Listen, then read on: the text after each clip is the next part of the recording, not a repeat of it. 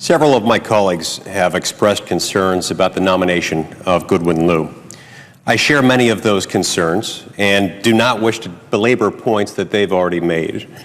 I will limit my comments today to two fundamental reasons why I am myself unable to support the nomination of Professor Liu to serve as a judge on the U.S. Court of Appeals for the Ninth Circuit. First, I'm truly dismayed by the lack of judgment displayed in Professor Liu's 2006 testimony regarding the confirmation of Samuel Alito as an Associate Justice on the United States Supreme Court. Throughout extensive written testimony and during an appearance before the Senate Judiciary Committee, Professor Liu unfairly criticized then-Judge Alito and his long judicial record as, among other things, having shown, quote, a uniform pattern of excusing errors and eroding norms of basic fairness. In particular, in the final paragraph of Professor Liu's written testimony, which served as a summary of his entire analysis on then-Judge Alito, was nothing short of an inflammatory attack. He wrote, quote, Judge Alito's record envisions an America where police may shoot and kill an unarmed boy to stop him from running away with a stolen purse, where federal agents may point guns at ordinary citizens during a raid, even after no sign of resistance, where the FBI may install a camera where you sleep on the promise that they won't turn it on unless an informant is in the room, where a black man may be sentenced to death by an all-white jury for killing a white man. Professor Liu's unseemly attack on Justice Alito generated considerable attention at the time, as well as understandable concern about Professor Liu's temperament, his judgment, and his basic ability to be fair. So far as I know, it was only after he was nominated to become a judge on the U.S. Court of Appeals for the Ninth Circuit that Professor Liu offered any apology for his testimony about Justice Alito. Just a few weeks ago, Professor Liu told members of the Judiciary Committee that he had learned from the outrage his remarks caused, quote, that strong language like that is really not helpful in the process, close quote. Professor Liu's observation is certainly true, but it misses the central point. His comments about Justice Alito were offensive not simply because they were unhelpful in his confirmation process, but because they were misleading and they were an unwarranted personal attack on a dedicated judge and public servant. Professor Liu's treatment of Justice Alito and his last-minute and incomplete handling of the concerns raised by his remarks lead me to believe that he lacks the basic judgment and discretion necessary to be confirmed to a life-tenured position in the judiciary. The second reason I feel compelled to oppose this nomination has to do with the integrity of our nation's system of constitutional government and the rule of law. In my careful and considered judgment, the judicial philosophy espoused by Professor Liu is fundamentally inconsistent with the judicial mandate to be a neutral arbiter of the Constitution and to uphold the rule of law. I do not base this conclusion on the fact that his approach to the law is in many respects different from my own. That's not a prerequisite, and that's not the basis of my opposition to this nominee. Most of the judges nominated by President Obama do not share my personal textualist and originalist commitments. Yet, in my short time as a member of the Senate, I have voted to confirm many nominees with whom I fundamentally disagree. Professor Liu, by contrast, is not simply a progressive nominee with a somewhat more expansive view of constitutional interpretation than is common among many sitting judges, nor is he a nominee whose controversial remarks are few and can be overlooked given a long history of mainstream legal practice and observations.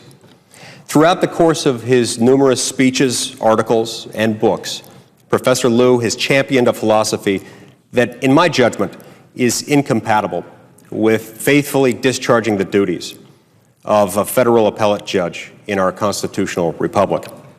His approach advocates that judges go far beyond the written Constitution, statutes, and decisional law to ascertain and incorporate into constitutional law, in Professor Liu's own words, shared understandings, evolving understandings, social movements, and collective values.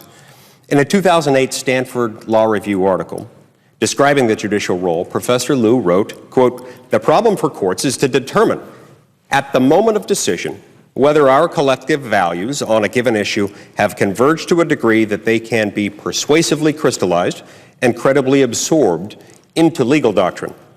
In so framing the process of judicial decision-making, he advocated a conception of the judiciary as a, quote, culturally situated interpreter of social meaning, close quote.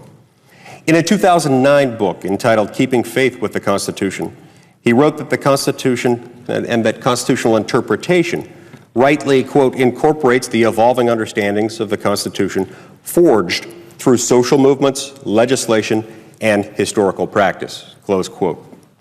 In an interview later that year, Professor Liu suggested that the judicial role is an individual process that includes, quote, lessons learned from experience and an awareness of the evolving norms and social understandings of our country, close quote. These are just a few examples of a clear, consistent, and extreme approach to judging that Professor Liu has championed in many settings over the course of many years. His approach necessarily requires a judge to violate separation of powers principles, making law based on the judge's subjective understanding of public opinion, communal values, historical trends, or personal preferences, rather than faithfully interpreting and applying the laws made by the legislative and executive branches.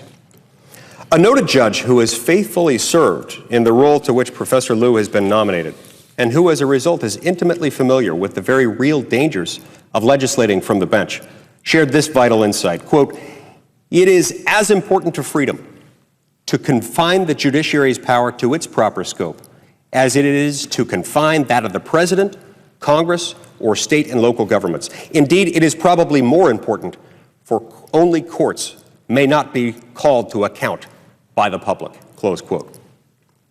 I rise today in defense of our nation's constitutional separation of powers and ultimately in defense of the essential liberty that it protects. I also feel the need to respond to the point made by my distinguished colleague, the senator from Illinois, moments ago. This is not an opposition that is based on a disagreement with a particular set of legal analyses. My colleague from Illinois noted that there was some opposition to Judge McConnell, who was confirmed by this body to serve on the United States Court of Appeals for the 10th Circuit, notwithstanding the fact that many in this body disagreed with particular legal conclusions that had been reached by then Professor McConnell. This is different than that. This is not about a disagreement with a particular legal conclusion. It is instead about a concern arising out of a systemic, broad-based interpretive approach, one that I believe doesn't give due regard to the rule of law, to the notion that we are a nation that lives under the law, that our laws consist of words, that words have defined finite meaning, and that in order for our laws to work properly, that meaning needs to be respected and it needs to be interpreted in and of itself and held as an independent good by the judiciary on a consistent basis. Professor Liu's appalling treatment of Justice Alito leaves grave doubt in my mind as to whether he possesses the requisite judgment to serve as a life-tenured judge. And I have come to the conclusion that Professor Liu's extreme judicial philosophy is simply incompatible with the proper role of a judge in our constitutional republic. For these reasons, as well as those articulated by many of my colleagues, I'm compelled to oppose this nomination. Thank you.